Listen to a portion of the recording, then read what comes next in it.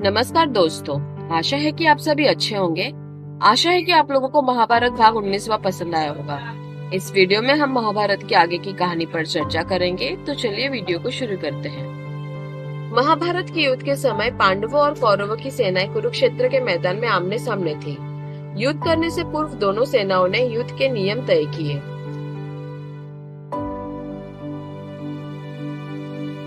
उन नियमों के अनुसार रोज सूर्यास्त के बाद युद्ध बंद करना होगा और दोनों पक्षों के लोगों को एक साथ मिलने की अनुमति होगी।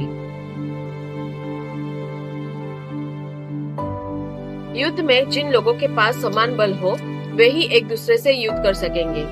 किसी भी अनुचित या अन्यायपूर्ण तरीके से युद्ध नहीं किया जा सकेगा।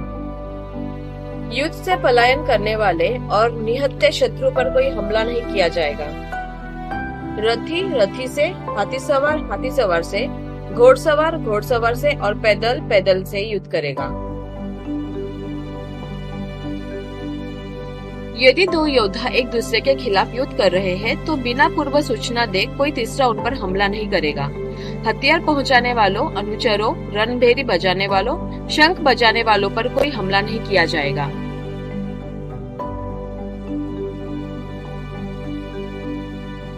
इस तरीके से उपयुक्त नियमों का दोनों पक्षों ने मान लिया। जब दोनों पक्षों की सेनाएं आमने सामने आई, तब श्री कृष्ण अर्जुन का रथ लेकर सेना के सामने आए। वहां अर्जुन ने देखा कि कौरवों की सेना में अपने प्रियजन खड़े हैं, जिससे उनका उत्साह चला गया। अर्जुन ने अपना गांडीव को रख दिया और रथ में बैठ गए।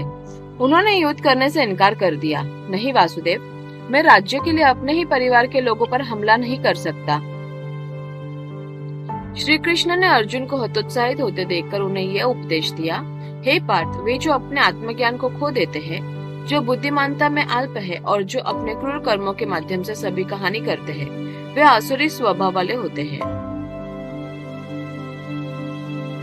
ऐसे लोगों को नष्ट करना पाप नहीं होता। यह कौन तुम्हारे अपने हैं और कौन बाहरी है, तुम इस अंधकार में न रहो।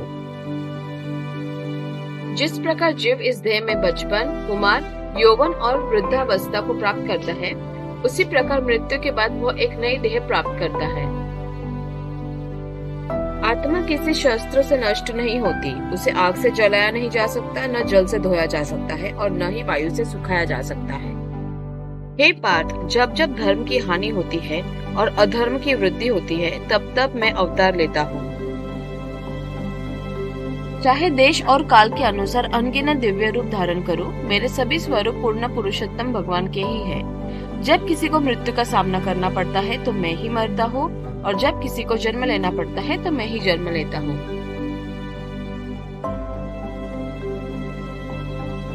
यह देह एक रथ के समान है और 5 इंद्रियां, जीवा, नेत्र, कान, नाक और त्वचा रथ में जुड़े घोड़ों के समान है, और ये 5 घोड़ों मन रूपी लगाम से नियंत्रित होते हैं।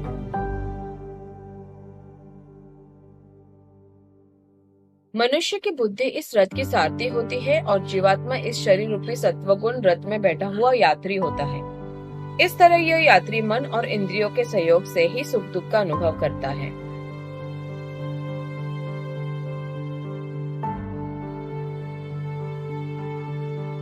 लेकिन मोह में पड़ा हुआ जीव जीवन के रजोगुण और तमोगुण से उत्पन्न होने वाले भावों में ही लिपटा रहता है और इन गुणों में मोहित होकर संसार से परे मेरे अविनाशी स्वरूप को नहीं पहचान पाता।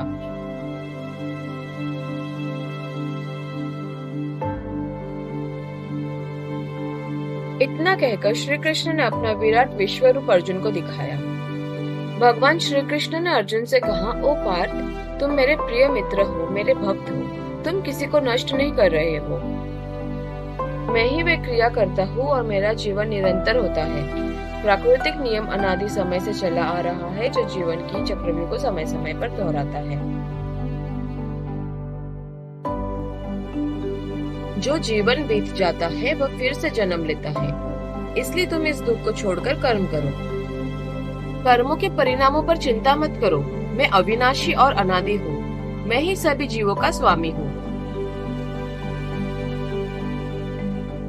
मैं ही प्रत्येक युग में अपने आदि दिव्य स्वरूप को सभी जीवों में प्रकट करता हूँ। ये संपूर्ण जगत मेरे अधीन है। यह सब मेरी इच्छा के अनुसार अपने आप ही होता है और मेरी ही इच्छा के अनुसार नष्ट होता है। मैं संपूर्ण सृष्टि का आदि, मध्य और अंत हूँ। अगर तुम मेरे मार्गदर्शन का अनुसरण नहीं करते हो, युद्ध से विमुख होते हो, तो तुम मेरे मार्ग से हट जाओगे। मेरी मानो तो तुम्हें अपने स्वभाव के अनुसार युद्ध करना चाहिए और अधर्म को समाप्त करना चाहिए। श्री कृष्ण पुनः अपने प्राकृतिक रूप में प्रकट हो गए। तब अर्जुन ने आभार और श्रद्धा के साथ हाथ जोड़कर कहा, हे कृष्ण, मेरा मोह दूर हो गया है। अब मैं बिना संशय के आपकी आज्ञा अनुसार युद्ध के लिए तैयार हूँ।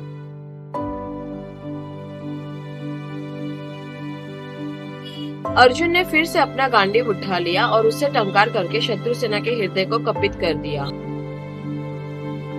उसी समय निहत्थे युधिष्ठिर ने रणभूमि में आगे बढ़कर कौरव सेना की ओर चलना शुरू किया तो सभी चौंक पड़े। श्री कृष्ण उन्हें इस प्रकार जाकर देखकर मुस्कुराए और अर्जुन से बोले, चिंता मत करो धनंजय, युधिष्ठिर पितामह भीष्म, गुरु द्रोणाचार्य और कृपाचार्य का आशीर्वाद लेने गए हैं। उनके लौटते ही युद्ध प्रारंभ होगा।